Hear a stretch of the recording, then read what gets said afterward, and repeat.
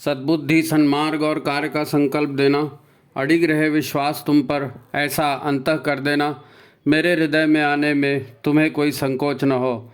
हे गुरुदेव, मुझे नज़रों से दूर कभी न होने देना। हे गुरुदेव, मुझे नज़रों से दूर कभी न होने देना। नमस्कार, गायत्री चिंतन धारा के सतत प्रवाह में आपका स्वागत है। मित्रों, आजकल बहुत भाग दौड़ बनी हुई है जीवन में। हर आदमी सफलता चाहता है, कोई कैरियर में, कोई नाम चाहता है, पैसा चाहता है। सबके अपने अपने सपने हैं और सब उन सपनों को साकार करना चाहते हैं। बहुत से लोग हैं जिन्होंने सफलताएं पा भी ली हैं, बड़े बंगले भी बना लिए, गाड़ियां भी बना लिया, नाम यश कीर्ति सब हो गया, लेकिन उसके बावजूद भी जो है जीवन में वो सेटिस्फैक्शन नहीं है। चाहे सफल हुए तो भी नहीं है और असफल है उनको तो है ही नहीं। तो वो जो कबीरदास जी का फार्मूला था, साईं इतना दीजिए जामे कुटुंब समाए, मैं भी भूखा ना रहूं साधु न भूखा जाए।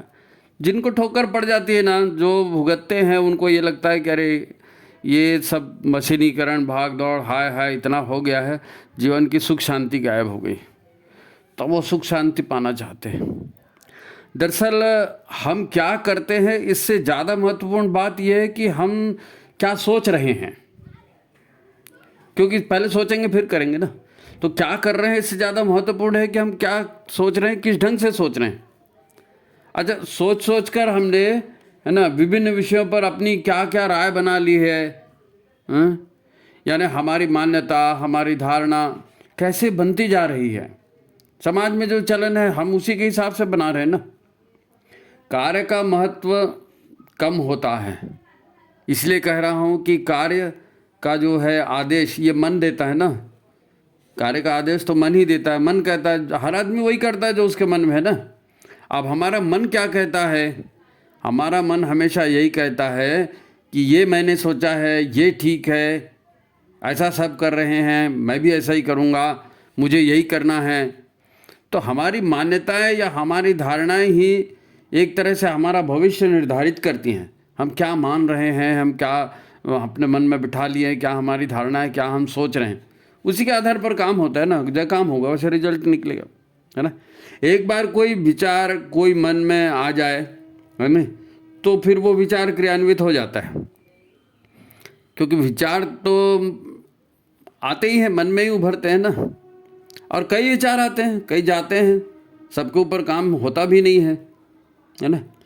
अब आप किसी यज्ञ में गए, किसी संस्कार के कार्यक्रम में गए, या किसी तरह शांति कुंज हरिद्वार पहुंच गए, तो बहुत सारी नई चीज़ें देखने को मिलती हैं, है ना। आपको नया सीखने को मिलता है। आपको पहले नहीं मालूम था, वो भी सब आपने देखा। पर पहले इतना डिटेल से हम नहीं जानते थे। अब वहाँ जाने पर डिटेल हमको पता चला कि अच्छा उपासना ऐसी होती है, अच्छा गुरु ऐसा बनाना ज़रूरी है, अच्छा ये, यानी बहुत सारी नई चीज़ें भी वहाँ सीखने को मिलती हैं। तो एक क्षणिक भाव बनता है और कुछ उस भावावेश में फिर किताबें खरीद लेते हैं, धोती दुपट्टा खरीद लेते हैं, दीक्षा ले लेते हैं, और उनको बड़ी खुशी होती है कि चलो भाई हम महाकाल से जुड़ गए, हमने देव स्थापना करा ली, तो अब हमारे यहाँ सारे जो है ऋषि मुनि सब हमारे, उनकी ऊर्जा हमारे घर आ गई। आदमी सोचता क्या है, आदमी सोचता क्या है, जो देखा वो सोचा, है ना। आदमी सोचता है कि वाह मेरी तकदीर कितनी बढ़िया हो गई, मेरे को ये पता चल गया। फिर वो कार्यक्रमों में भी जाने लगता है, पत्रिका का मेंबर बन जाता है, समय समय पर चंदा देता है ना, रसीद कटवाता है, ये सब होते रहता है, ये सब होते रहता है। फिर कुछ समय निकल जाता है तो उसी को लोग फिर वरिष्ठ कहने लगते हैं। हालांकि जीवन के ढर्रे में कोई बदलाव नहीं आया अभी तक, जीवन वैसे ही चल रहा है, लेकिन अब ये ऊपरी सब बदल गया ना, कलेवर वगैरह, चंदा देने लगे, मंदिर जाने लगे, इतने साल हो गए तो वो वरिष्ठ हो गया फिर, अब है ना। न मान्यताएं बदली, न धारणाएं बदली, उल्टा अहंकार और बढ़ जाता है कि हम तो गुरुदेव से जुड़े हैं, इतने वरिष्ठ हो गए हैं, है ना। और ये वरिष्ठ लोगों के साथ हमने फ़ोटो खिंचा के रखी है, देखो हमारा फ़ोटो, उस समय उन्होंने हमारी ऐसी तारीफ़ की, फलाना किया। अरे तो ठीक है, बाहर से तो आदमी बदल जाता है ना, साधक या तपस्वी जैसे दिखने लगता है। फोटो में मेकअप करके फोटो खिंचा लेते, वो बड़े बड़े शंकराचार्य अपने आसपास नजर आते हैं, है नहीं? तो रहन सहन का तरीका, लोगों से व्यवहार का तरीका, इवन कि सोचने का तरीका, ये भी नहीं बदल पाता। तो फिर जीवन में, जैसे सबके जीवन में दुख मुसीबतें आती है, हमारे भी जीवन में दुख मुसीबतें आती है नहीं? आदमी सोचता है कि अरे इतने दिन हो गए और ये तो दूर हो ही नहीं रहा है, ज़्यादा गायत्री गायत्री मत करो, थोड़ा जीवन के तरफ ध्यान दो, थोड़ा पैसे भी कमाना है, थोड़ा अपना स्टेटस भी बनाना है नहीं? तो आदमी, क्योंकि उसको यही दिखता है ना, भविष्य के लिए पैसा चाहिए, हमारा नाम भी होना चाहिए। अब पूजा पाठ अपनी जगह ठीक है, क्योंकि बात अंदर तक घुसी नहीं है, जो देखा सोचा वो करने लगे, है नहीं? गुरुदेव कहते हैं बेटा मिशन से जुड़ गए हो ना, तो अपनी पात्रता का विकास करो, पात्रता का विकास करो। जो लोग मिशन से जुड़े हैं, उन्होंने अगर पात्रता का विकास नहीं किया तो समाज में जो हो रहा है वही तुम्हारे साथ भी होगा, तो फिर मिशन से जुड़ने का फ़ायदा क्या है? कुछ बेटर सिचुएशन में चल रहे हैं ना, क्योंकि पात्रता से सब कुछ मिलता है,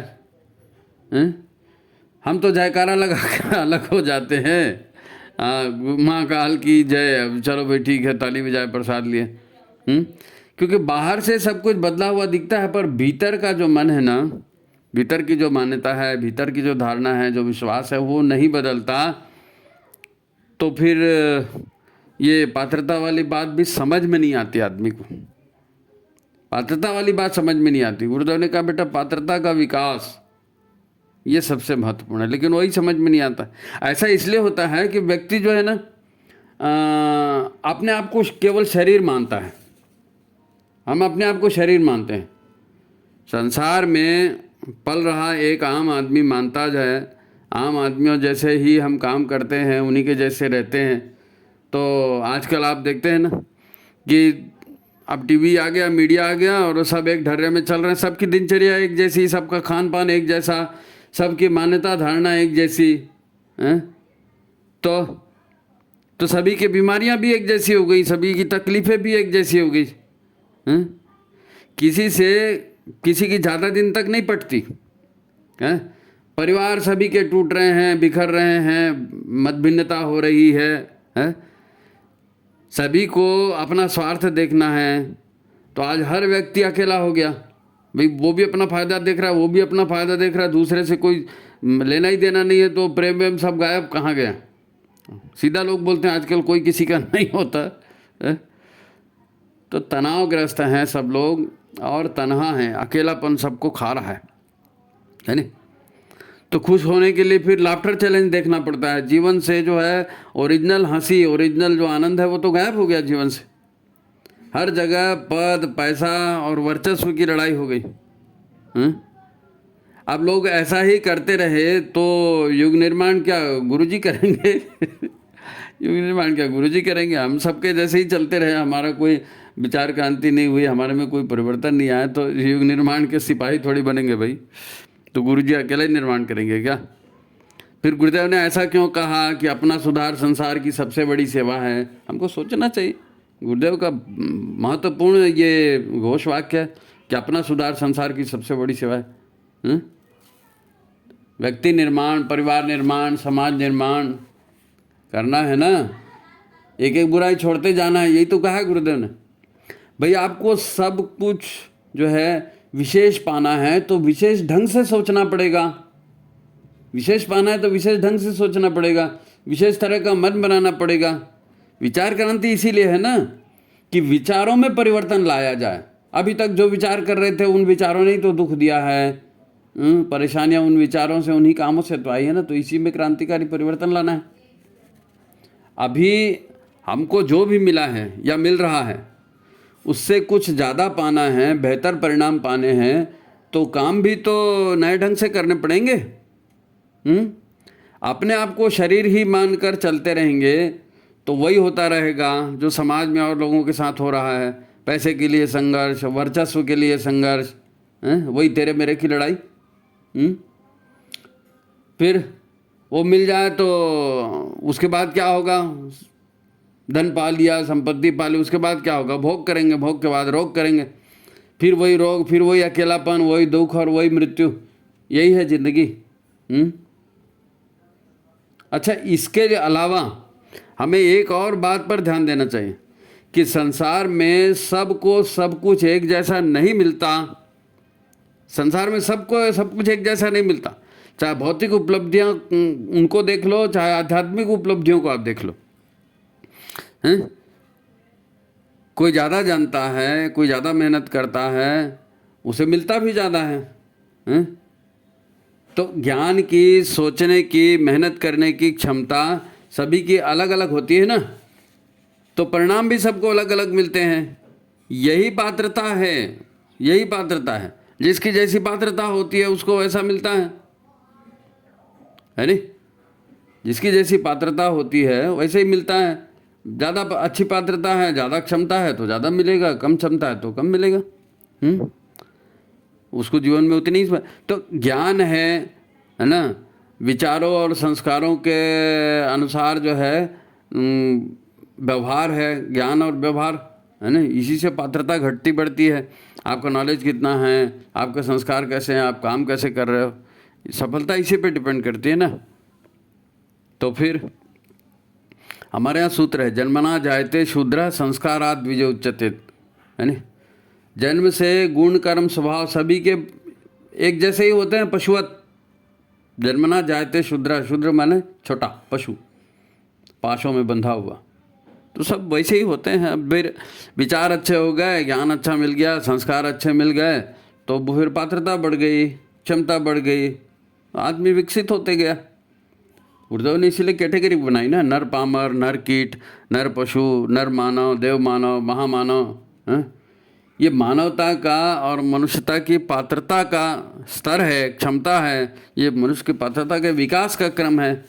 आपकी पात्रता क्षमता बढ़ते जाएगी तो आपका स्तर बढ़ता जाएगा। खैर, ये हुई पात्रता की बात। युग निर्माण मिशन में जुड़कर हमें जो मूलभूत काम करना है ना, वो यही काम है, अपनी पात्रता का विकास। सफलता चाहिए तो पात्रता का विकास चाहिए, आध्यात्मिक सफलता, लौकिक सफलता, है ना। तो अपने भौतिक अभौतिक क्षमता का विकास हमको करना पड़ेगा, भौतिक और अभौतिक दोनों। गुरुदेव ने यही कहा कि अपना सुधार ही संसार की सबसे बड़ी सेवा है। तो ये उपासना, साधना, आराधना, है ना, या साधना, स्वाध्याय, संयम और सेवा, ये क्या है? ये जो सूत्र गुरुदेव ने दिए ना, चतुष्पदीय सूत्र, ये अपनी पात्रता क्षमता बढ़ाने के लिए दिए हैं। गायत्री का जाप, यज्ञ, संस्कार, स्वाध्याय, इन सब से मनुष्य का भीतरी सामर्थ्य बढ़ता है। आप ढंग से करेंगे, मन लगा के करेंगे ना, तो इससे भीतर का सामर्थ्य बढ़ता है। मन लगाना पड़ेगा, ऐसा ऊपरी दिखावे से नहीं, है ना। भीतर की पशुता में कमी आनी चाहिए, है ना। अगर ऐसा करेंगे तो फिर शरीर भी स्वस्थ होगा, शरीर की क्षमता भी बढ़ेगी, है ना। और मन जितना तनाव मुक्त और निर्मल होगा, उतनी मन की क्षमता बढ़ेगी, प्राणवान बनेंगे, ज्ञानवान होंगे, हैं। तो कम शक्ति में, कम समय में भी बड़े से बड़े काम हम संपन्न कर सकते हैं। तो अब हम ये समझेंगे कि अपनी पात्रता को बढ़ाने का मूल मंत्र क्या है, ऐसा क्या करें जिससे हमारी पात्रता बढ़ेगी, है नहीं, हमारी क्षमता बढ़ेगी। तो सबसे पहले हमें देखना है कि हमारा शरीर ही पहले, तो इसे ठीक करें। शरीर है तो उसी को ठीक करें ना, क्योंकि सारे काम शरीर से ही होते हैं। तो इसके लिए दो बातें हमको जाननी है। पहला कि केवल खाने से ताकत नहीं आती है ताकत आती है खाया हुआ पच जाए, तभी तो शरीर में उसका उपयोग है ना। बार बार खाई पौष्टिक चीज़ें खाई पर पच के शरीर में नहीं लगी, उल्टे हाथों में सड़ने लगी, तो बीमारियां और बढ़ा लेते हैं। दूसरी बात है पेट की सफाई। खाने से ज़्यादा महत्वपूर्ण है पेट की सफाई। पेट अगर सफाई नहीं होगा तो पेट में जो है भोजन का जो पोषक तत्व जाते हैं, उल्टा वो जो है ना, पेट खाना सड़ते रहेगा तो पोषक तत्वों की जगह जहरीले तत्व अंदर जाएंगे। तो पेट की सफाई वो तो इससे ज़्यादा महत्वपूर्ण है खाने से ज़्यादा, है नहीं। अच्छा, अच्छे स्वास्थ्य के लिए प्रसन्नता भी जरूरी है। अगर मन तनावग्रस्त है, भयग्रस्त है, तो फिर आपका पेट कभी ठीक नहीं रहेगा। मन और शरीर जुड़ा हुआ है ना। शरीर में ऊर्जा की जगह जहर की सप्लाई होते रहेगी, पेट ठीक नहीं रहेगा तो। यही हाल मन का है। मन है, मन भी तो भोजन करता है। मन से हम विचारों का आहार करते हैं। पेट हमारा खराब होता है ओवर ईटिंग से, और मन खराब होता है ओवर थिंकिंग से। ज़्यादा सोच सोच के लोग दिमाग का दही बना देते हैं, है नहीं। तो फालतू की चीज़ें देखना, पढ़ना, सुनना, है ना, इससे मन में विचारों की बाढ़ आ जाती है भाई। बहुत सारे विचार इकट्ठे मन में आ जाते हैं, तो काम के विचार फिर छूट जाते हैं ना। काम की बातें भूलकर हम इन फालतू चीज़ों में उलझ जाते हैं और चित्त की शांति भंग हो जाती है। आप कभी एकाग्र होकर काम नहीं कर पाएंगे अगर सब जगह दिमाग लगाएंगे तो, है नहीं। सब जगह दिमाग लगाएंगे तो एकाग्र चित्त होकर काम नहीं कर पाएंगे। फिर काम छूट जाएंगे और फिर उल्टे फिर पात्रता हमारी जो है बढ़ने के बजाय घटती चली जाएगी। भूलते जाएंगे, तनाव होते जाएगा, है नहीं। कुछ नया सीखने करने की नौबत ही नहीं आएगी अगर ऐसी करेंगे तो, है ना। नुकसान ही नुकसान है। तो ये हुआ आहार की बात, शरीर का आहार, मन का आहार। अब आते हैं लाइफस्टाइल पर। पात्रता बढ़ाना है ना, तो ताकत लानी है। पात्रता हमारी क्षमता है ना, तो क्षमता शरीर और मन से आएगी। तो शरीर और मन को हम इस तरह खराब कर रहे हैं, उसको ठीक करना है नहीं। तो आप आते हैं लाइफस्टाइल पर। नहीं जी आजकल तो यही चलन है, आजकल यही चल रहा है बोलते हैं ना लोग बाग। तो खाना पीना, सोना जगना, ये जो है ना ठीक समय पर होना और उचित मात्रा में होना, ये भी जरूरी है।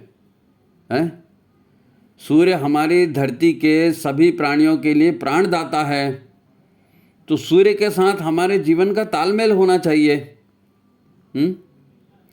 तो होता यह है कि जब भी आहार विहार चिंतन में गड़बड़ी होती है तो उसे सुधारने के लिए ही हमारे शरीर की प्राण ऊर्जा खपते जाती है। अगर हम सूर्य के हिसाब से नहीं चलेंगे ना, बायोलॉजिकल क्लॉक के हिसाब से नहीं चलेंगे, तो शरीर में गड़बड़ी हो जाती है। उस गड़बड़ी को फिर सुधारेगा कौन? तो हमारी ताकत वहीं खत्म होती है, ऊर्जा सुधारने में। ऊर्जा खत्म होती है शरीर को सुधारने में। शरीर की व्यवस्था गड़बड़ा जाती है, जहरीलापन बढ़ जाता है, तो उसको ऊर्जा से ही तो काटते हैं ना। तो गड़बड़ जितनी बड़ी होगी उसको ठीक करने के लिए ऊर्जा भी उसी प्रमाण में खर्चा होगी आपकी। जितने उटपटांग काम करेंगे उतनी ऊर्जा आपका लॉस होगा। और जब ऊर्जा कम पड़ती है, ऊर्जा की खपत ज़्यादा होने लगती है, तो शरीर में जो है गड़बड़ी दिखने लगती है, क्योंकि अंगों को ऊर्जा नहीं मिलती ना ठीक से काम करने में। तो एक एक अंग जो है वो उदास हो जाता है, निराश हो जाता है, अपनी क्षमता से काम नहीं कर पाता है। तो आदमी शरीर से, मन से और जीवनी शक्ति से धीरे धीरे कमज़ोर होते जाता है। तो फिर क्षमता कैसे बढ़ेगी? कमजोरी और क्षमता दो विपरीत चीज़ें हो गई ना, है ना। तो इसी को क्षमता घट जाना कहते हैं। क्षमता घट गई, पात्रता घट गई, है ना।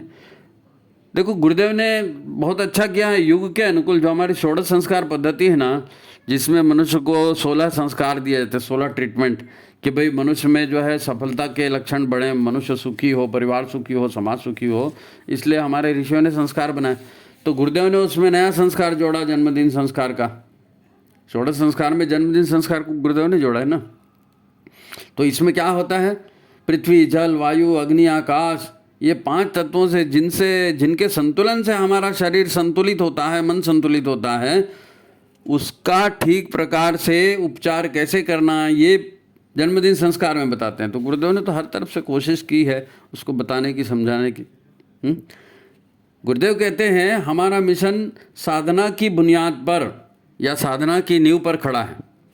साधना से ही पात्रता का विकास होता है। तो इसका अर्थ यही है कि हमें अपने शरीर और अपने विचारों या अपने मन पर विवेकपूर्ण संयम, विवेकपूर्ण नियंत्रण कैसे करना, ये सीखना पड़ेगा। आउट ऑफ कंट्रोल नहीं होना चाहिए। कोई भी गाड़ी बिना ब्रेक के चलती है क्या? सीधा एक्सीडेंट होता है। तो गाड़ी में जहाँ इंजन बढ़िया, फ्यूल बढ़िया, वहीं ब्रेक भी लगाना होना चाहिए। तो वही संयम वाली बात है ना। ये साधना का मूलभूत कार्य है। इससे ऊर्जा का अपव्यय रुकता है, मिसयूज नहीं होता है ना। अच्छा, साधना का दूसरा भाग है प्राणवान प्रज्ञावान बनना। प्राणवान प्रज्ञावान बनना, हाउ टू नो, कैसे जिया जाए, कैसे शक्ति अर्जित की जाए, कैसे प्राण अर्जित किया है, कैसे श्रद्धावान बना जाए। श्रद्धावान लभते ज्ञानम, है नहीं?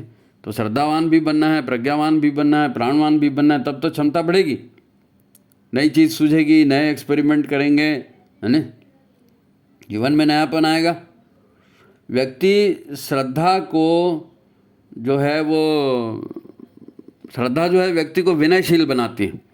तो सद्बुद्धि और प्राणों से जीवन में सेवा और आराधना के भाव प्रबल होते हैं, है ना? सेवा और आराधना के भाव प्रबल होते हैं।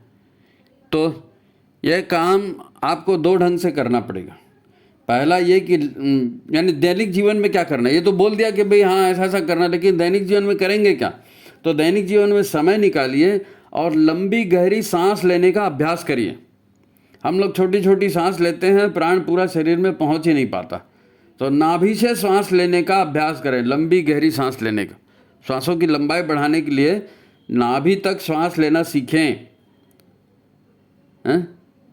श्वास छोड़ते समय जो है पेट भीतर जाना चाहिए, श्वास लेते समय बाहर आना चाहिए। छोटे बच्चे पेट से श्वास लेते हैं ना, आदमी कहाँ लेता है? आदमी का पेट जैसे तैसे फूला का फूला अंडा बाहर दिखता रहता है। छोटा बच्चा होता है वो सोया रहेगा, देखना 1-2 महीने का, तो उसकी छाती फूलती घटती नहीं, उसका पेट फूलता बोलता है। प्राण की ज़्यादा ज़रूरत है, फेफड़े पूरे पूरे भरना, पूरे पूरे खाली करना, ये छोटे बच्चे के विकास के लिए जरूरी, तो हमारे लिए भी जरूरी है। फेफड़े हवा से पूरा पूरा भरना है और पूरा पूरा उनको खाली करना है। ये प्रैक्टिकल चीज़ बता रहे हैं, है ना? तो लंबे गहरे अनुलोम विलोम प्राणायाम आप करेंगे, साथ ही जो है कुंभक आप करिए।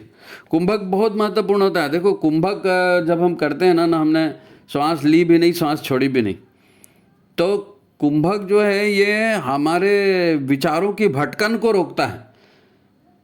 इधर उधर मन भगते रहता है ना, तो मन को कंट्रोल करने के लिए कुंभक बहुत जोरदार चीज़ है ना? मन को इधर उधर भगने के लिए कुंभक जो है बहुत जोरदार चीज़।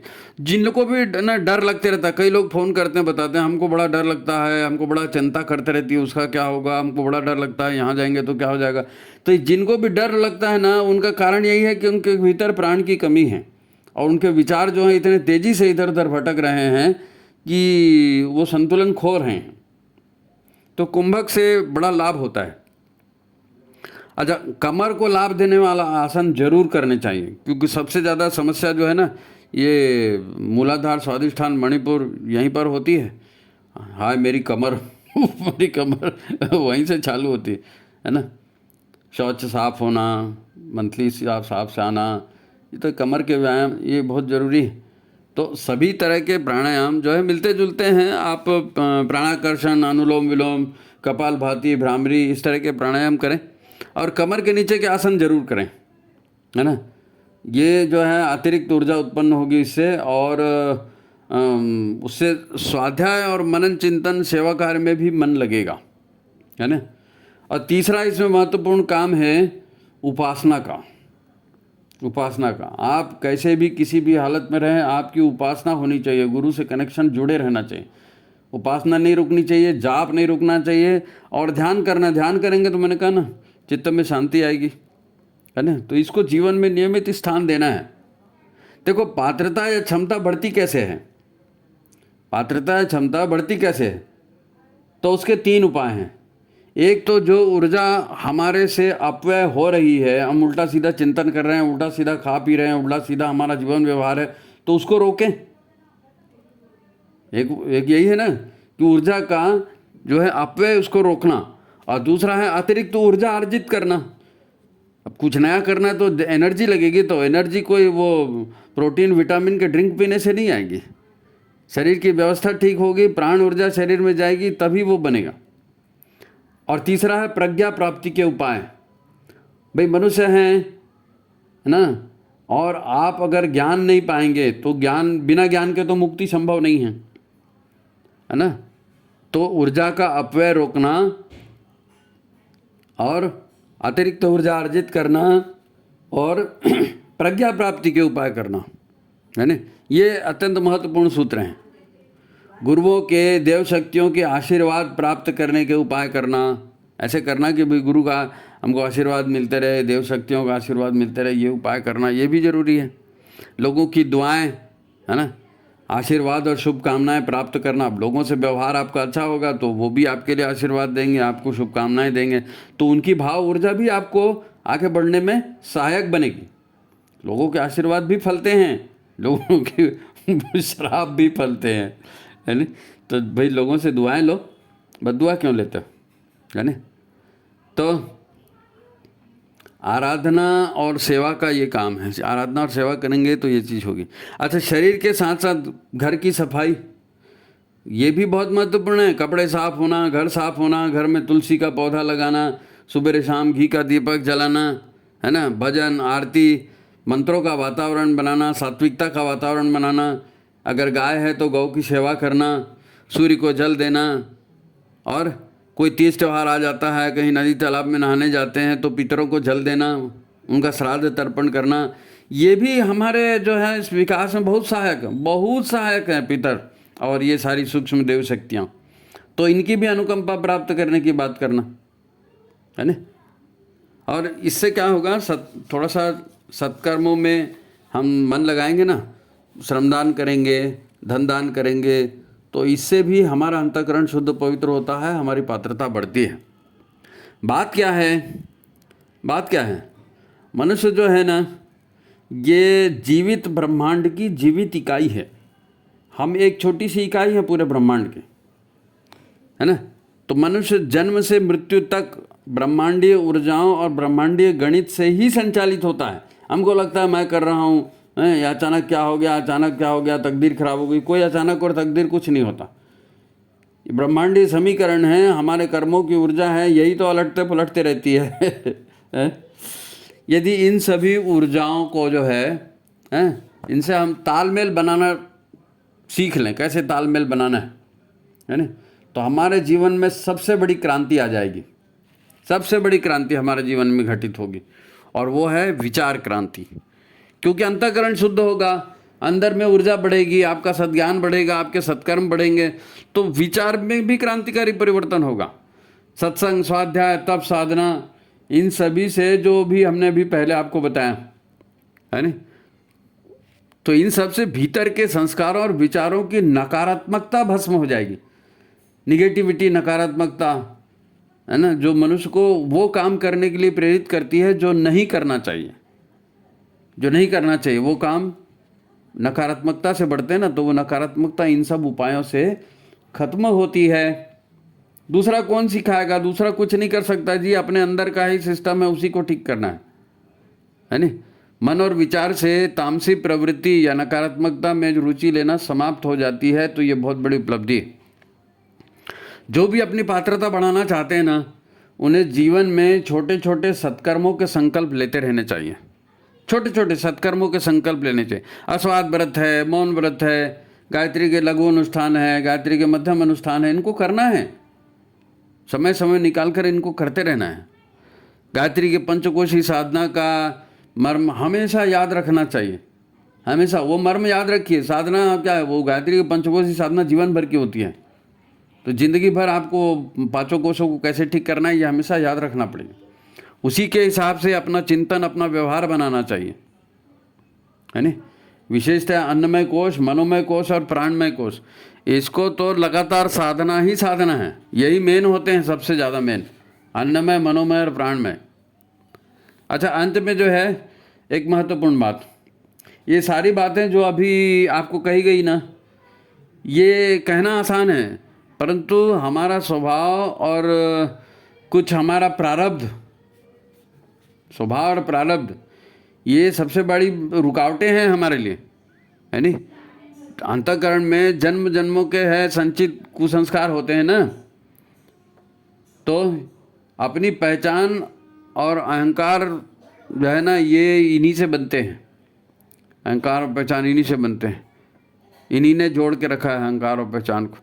इसके लिए गायत्री के अनुष्ठान और विशेष करके चंद्रायण साधना जैसे व्रत, है ना, करना चाहिए। चंद्रायण साधना वो पापनाशक साधना है ना। जो भी बहुत ज़्यादा निगेटिविटी भीतर में हो गई उसको ख़त्म करने के लिए तो चंद्रायण साधना की जाती है। विशिष्ट जानकार हैं, हम उनको देखें, अवलखेड़ा में होता है और जहाँ पर भी होता होगा, तो आप चंद्रायण व्रत करिए, ऑनलाइन भी आजकल करा रहे हैं, तो इससे अंदर की नेगेटिविटी सारी खत्म होगी। जानकार संरक्षण लोगों के जो हैं उनके संरक्षण में आप इसको करिए, है ना, तो इससे भी भीतरी नकारात्मकता नष्ट होगी। अच्छा, इससे हमारी उपासना और ध्यान में भी प्रखरता आएगी, उपासना और ध्यान में भी प्रखरता आएगी, क्योंकि ये निगेटिविटी तो रोक रही थी ना।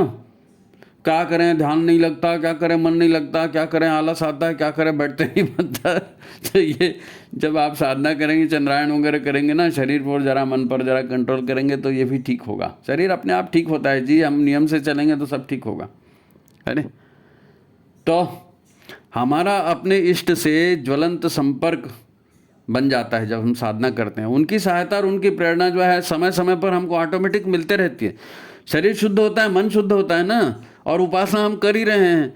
तो गुरुदेव क्या है, अखंड मंडलाकारम व्याप्तम येन चराम, वो तो सब जगह व्याप्त है, तो उनसे हमारा डायरेक्ट कनेक्शन हो जाता है। अभी ये कार्बन जम गया है तो सप्लाई ठीक से नहीं हो रही, तो ये कार्बन हट जाएगा साधना करेंगे तो, है नहीं।